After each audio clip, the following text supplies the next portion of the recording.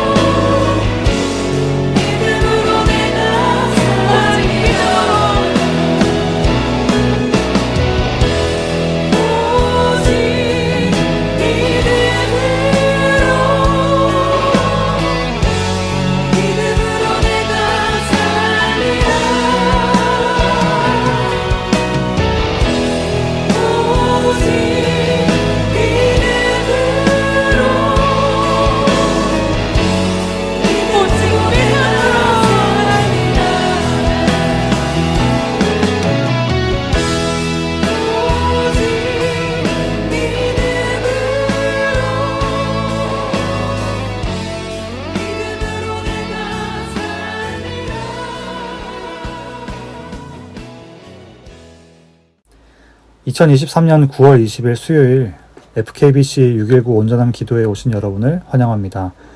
오늘 함께 나눌 말씀은 히브리서 10장 26절부터 39절까지의 말씀입니다. 제가 봉독하도록 하겠습니다. 우리가 진리를 아는 지식을 받은 후 짐짓 죄를 범한 즉 다시 속죄하는 제사가 없고 오직 무서운 마음으로 심판을 기다리는 것과 대적하는 자를 태울 맹렬한 불만 있으리라. 모세의 법을 폐한 자도 두세 증인으로 말미암아 불쌍히 여김을 받지 못하고 죽었거든. 하물며 하나님의 아들을 짓밟고 자기를 거룩하게 한 언약의 피를 부정한 것으로 여기고 은혜의 성령을 욕되게 하는 자가 당연히 받을 형벌은 얼마나 더 무겁겠느냐. 너희는 생각하라. 원수 갚는 것이 내게 있으니 내가 갚으리라 하시고 또 다시 주께서 그의 백성을 심판하리라 말씀하신 것을 우리가 아노니 살아계신 하나님의 손에 빠져들어가는 것이 무서울진저 전날에 너희가 빛을 받은 후에 고난의 큰 싸움을 견디어낸 것을 생각하라. 혹은 비방과 환란으로서 사람에게 구경거리가 되고 혹은 이런 형편에 있는 자들과 사귀는 자가 되었으니 너희가 갇힌 자를 동정하고 너희 소유를 빼앗기는 것도 기쁘게 당한 것은 더 낫고 영구한 소유가 있는 줄 알미라. 그러므로 너희 담대함을 버리지 말라. 이것이 큰 상을 얻게 하느니라. 너희에게 인내가 필요함은 너희가 하나님의 뜻을 행한 후에 약속하신 것을 받기 위함이라. 잠깐 후면 오실 이가 오시리니 지체하지 아니하시리라. 나의 의인은 믿음으로 말미암아 살리라. 또한 뒤로 물러가면 내 믿음이 그를 기뻐하지 아니하리라 하셨느니라. 우리는 뒤로 물러가 멸망하는 자가 아니요 오직 영혼을 구원함에 이르는 믿음을 가진 자니라. 아멘. 성경에서는 마지막 날에 대해 자주 언급합니다. 마지막 날은 어떤 날인가요? 히브리서 말씀에서 계속 나누고 있죠. 우리의 대제사장이신 예수 그리스도께서 천군 천사와 함께 이 땅에 다시 오셔서 하나님의 나라가 임하고 모든 불의와 악한 것들이 드러나는 심판을 받는 날입니다. 그 날은 믿는 자들에게는 영원한 생명을 얻는 소망의 날이요 믿지 않는 자들에게는 영원한 심판이 기다리는 절망의 날입니다. 그러므로 마지막 날에 대한 바른 이해가 없다면 바른 신앙생활을 할 수 없을 것입니다. 마지막 날에 대한 기대와 소망이 초대교회 때부터 지금까지 참 신앙의 대를 이어오게 했습니다.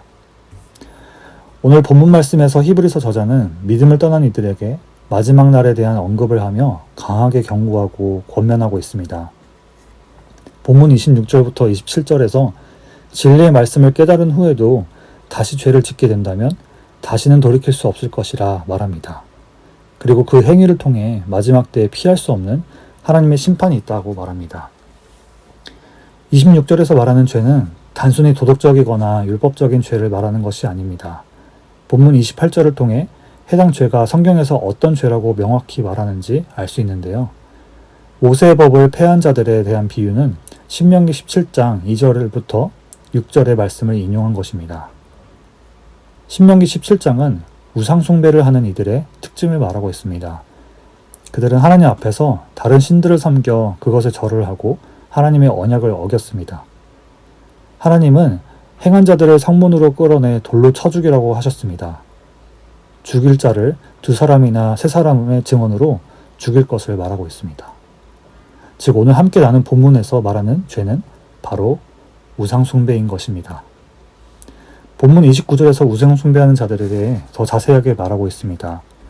이들은 하나님의 아들을 짓밟고 자기를 거룩하게 하며 언약의 피를 부정한 것으로 여기고 은혜의 성령을 욕되게 하는 자. 다시 말하자면 우상숭배하는 자는 하나님의 은혜를 부인하는 자입니다. 그리고 예수님의 십자가를 부정하게 여기는 자입니다. 우리의 보증인이 되시는 은혜의 성령님을 욕되게 하는 자입니다. 사도 베드로는 베드로후서 2장 20절부터 21절에서 오늘 본문과 비슷한 상황에 대해 이렇게 말하고 있습니다. 그리스도를 알았지만 다시 세상의 더러움에 얽매이고 지게 되면 나중 형편이 처음보다 더 심하리니 의의 도를 안 후에 받은 거룩한 명령을 저버리는 것보다 알지 못하는 것이 도리어 그들에게 나으니라. 개가 그 토하였던 것에 돌아가고 돼지가 씻었다가 더러운 고덩이에 도로 누웠다 하는 말이 그들에게 응하였도다. 베드로는 예수님의 진리를 알았으나 떠난 자의 최후보다 애초에 예수님의 은혜를 모르는 게 나았다고 합니다. 믿음을 잃고 예수님을 떠나는 이들은 이미 하나님의 은혜를 경험했던 자들입니다. 그리고 마지막 때에 우리의 대제사장이신 예수님이 오셔서 심판하신 것도 알았습니다.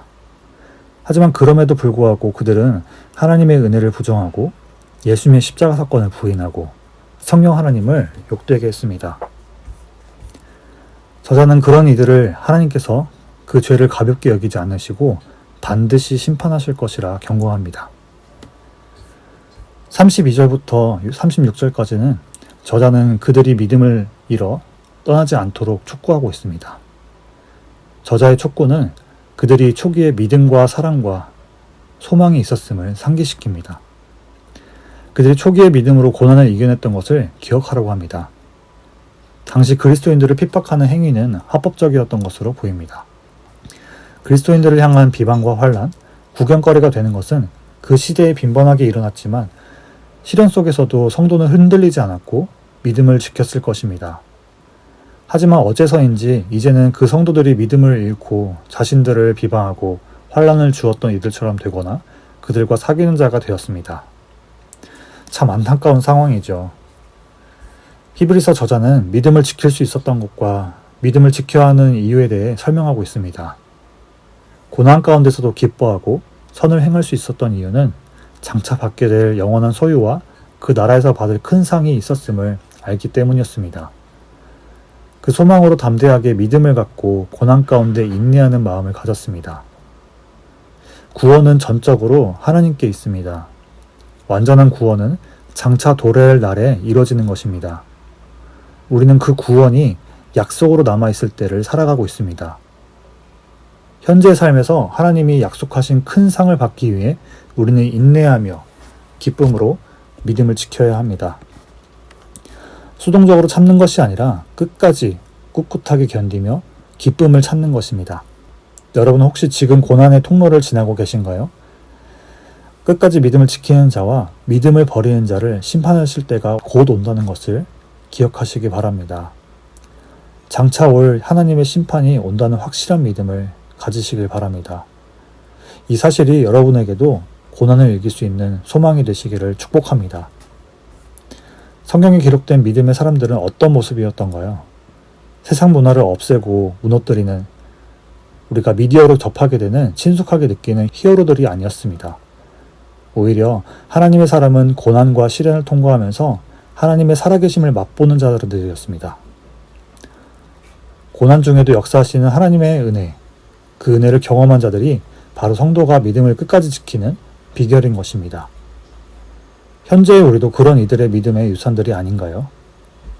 하나님은 믿음을 지키는 자의 인생을 귀하게 여기십니다. 하나님은 하나님의 자녀와 함께하고 계시고 끝까지 책임지십니다.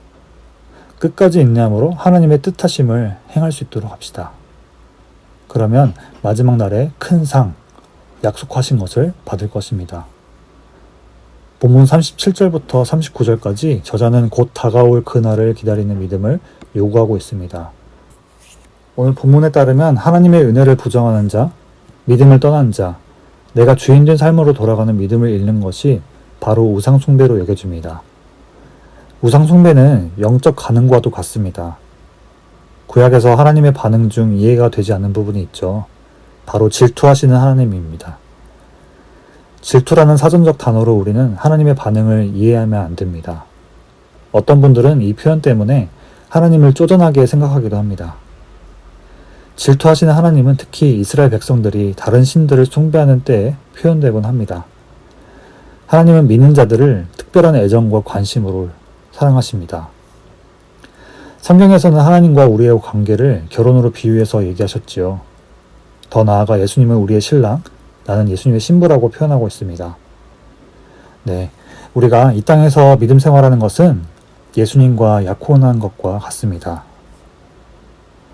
결혼으로 비유됐는데 약혼이요? 헷갈리시죠? 이해를 돕기 위해 잠시 이스라엘 혼례법에 대해 간단히 설명드리겠습니다. 이스라엘 혼례법에는 신랑과 신부가 약혼을 하면 신랑은 신부와 함께 살 집을 준비하기 위해 자기 고향으로 돌아갑니다. 신부와 함께 살 집을 마련하기 위해 준비하고 신랑은 신랑의 아버지에게 허락도 받습니다.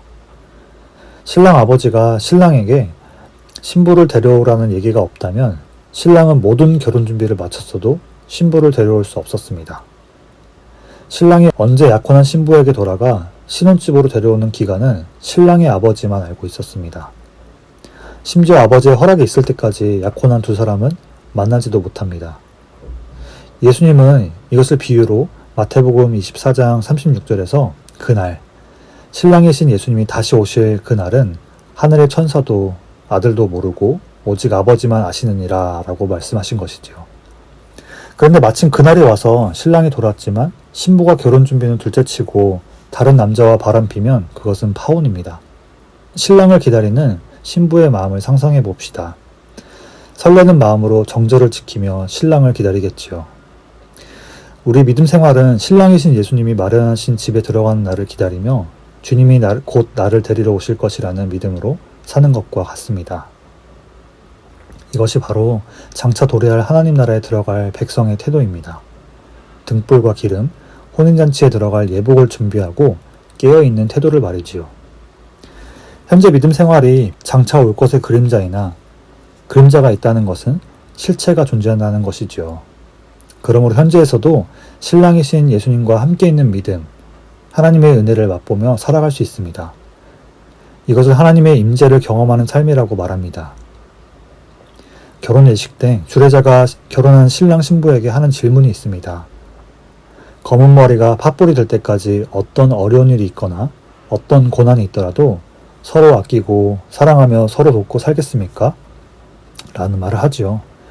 신랑이신 예수님은 성령을 통해 나와 함께하고 계시고 우리는 어떤 어려운 일이 있거나 어떤 고난이 있더라도 예수님에 대한 믿음과 신실함을 지키는 그 신뢰 관계를 말하는 것입니다. 그 결혼 서약을 어길 때 배우자의 심경을 생각해 보시기 바랍니다. 마지막 때의 영적 외도에 대한 책임이 반드시 있다는 경각심을 가지고 담대한 마음으로 믿음을 지켜야 합니다. 오늘 함께 묵상한 말씀에 3가지 포인트를 나누며 말씀을 마무리하려 합니다. 먼저는 오늘 하루도 종말론적인 신앙을 갖자입니다. 종말론적 신앙은 예수님이 약속하신 대로 오실 그날을 기대하는 신자의 태도를 말합니다. 다가올 그날은 믿는 자들에게 영원한 기쁨이 있는 곳으로 들어가는 소망의 날입니다. 믿는 자들은 그 소망을 품고 오늘 하루 경험할 하나님의 은혜를 사모합니다. 곧 영원한 나라에 들어가는데 믿음을 타협할 이유도 선을 행하지 않을 이유도 없겠지요. 오늘 뜻하신 하나님의 섭리를 발견해가며 부르신 자리에서 각자의 사명을 감당할 수 있습니다. 두 번째로 믿는 자들의 나눔을 사모하자입니다. 오늘 본문에서 믿음을 지켰던 지난 날들을 상기시킵니다. 우리의 믿음은 장차 오실 그 날을 소망함도 있지만 지난날에 역사하신 하나님의 은혜를 기억하는 것도 중요합니다. 믿음의 본을 배울 수 있는 영적 동역자나 성경의 인물, 믿음의 선조들의 모습을 보며 우리는 우리의 믿음을 지킬 수 있습니다. 그리고 우리 교회 성도님들에게 역사하신 하나님을 찬양하는 은혜의 간증들이 풍성히 넘치길 소망합니다. 이 은혜를 나눌 수 있는 곳이 예수님의 공동체입니다. 공동체는 하나님께서 우리에게 주신 축복입니다. 하나님께서 허락하신 공동체의 영역은 세대를 초월합니다. 가정에서, 교회에서, 공동체의 교제를 통해 우리는 하나님의 위로를 받고 하나님의 크심과 영광을 볼 수 있습니다. 은혜의 자리를 사모하며 예배와 목장 모임, 믿는 자들과의 교제에 힘을 쓰십시오. 마지막으로 믿음의 담대함을 잃지 말자입니다. 우리는 하나님께 나의 고난의 문제를 해결해 주시길 기도하곤 합니다. 바로 해결되던가요? 하나님은 고난 가운데서도 믿음을 지키며 통과하는 한 성도의 믿음을 긍휼히 여기십니다. 성숙한 그리스도인으로 빚어가는 하나님의 섭리를 볼 때 우리의 믿음의 동역자들이 그리고 우리의 다음 세대가 하나님의 살아계심을 보고 예수님께 소망을 두며 개인과 교회에 하나님의 나라가 든든히 세워져 갈 것입니다. 그러므로 고난 가운데서도 인내하는 개인의 영성은 그것만으로도 가치가 있습니다. 하나님은 순전하게 하나님을 의지하는 자들을 기뻐하시고 강하게 하십니다. 이 믿음은 세상이 이기지 못하는 믿음입니다.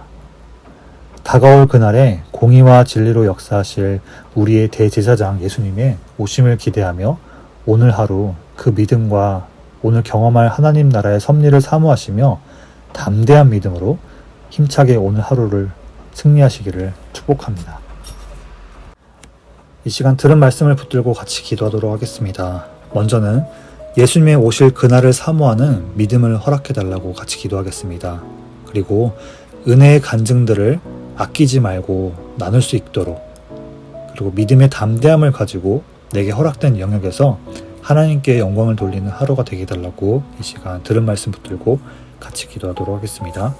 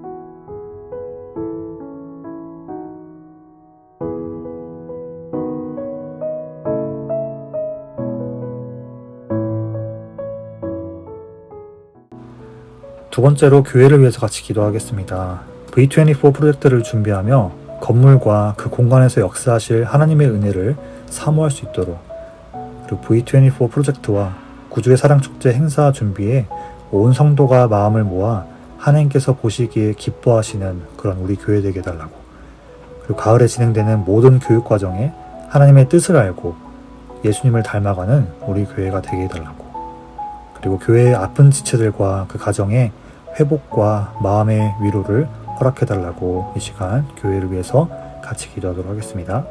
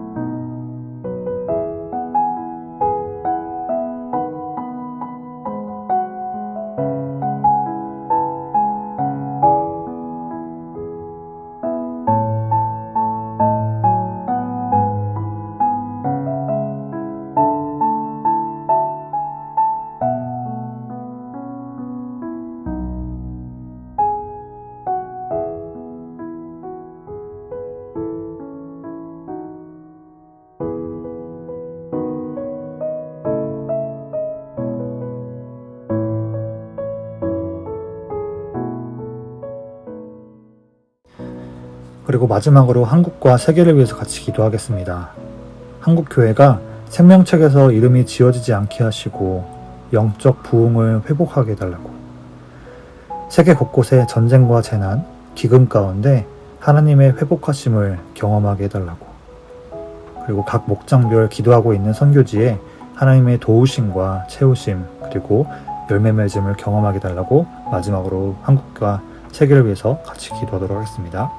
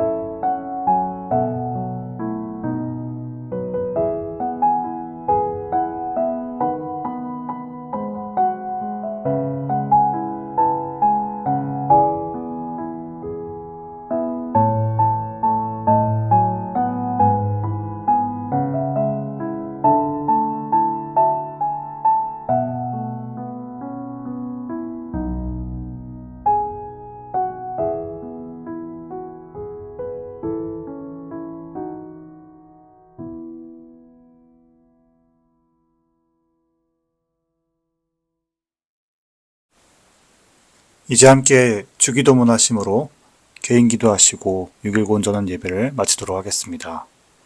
하늘에 계신 우리 아버지여, 이름이 거룩히 여김을 받으시오며 나라가 임하시오며 뜻이 하늘에서 이루어진 것 같이 땅에서도 이루어지이다. 오늘 우리에게 일용할 양식을 주시옵고 우리가 우리에게 죄 지은 자를 사하여 준 것 같이 우리의 죄를 사하여 주시옵고 우리를 시험에 들게 하지 마시옵고 다만 악에서 구하시옵소서. 나라와 권세와 영광이 아버지께 영원히 있사옵나이다. 아멘.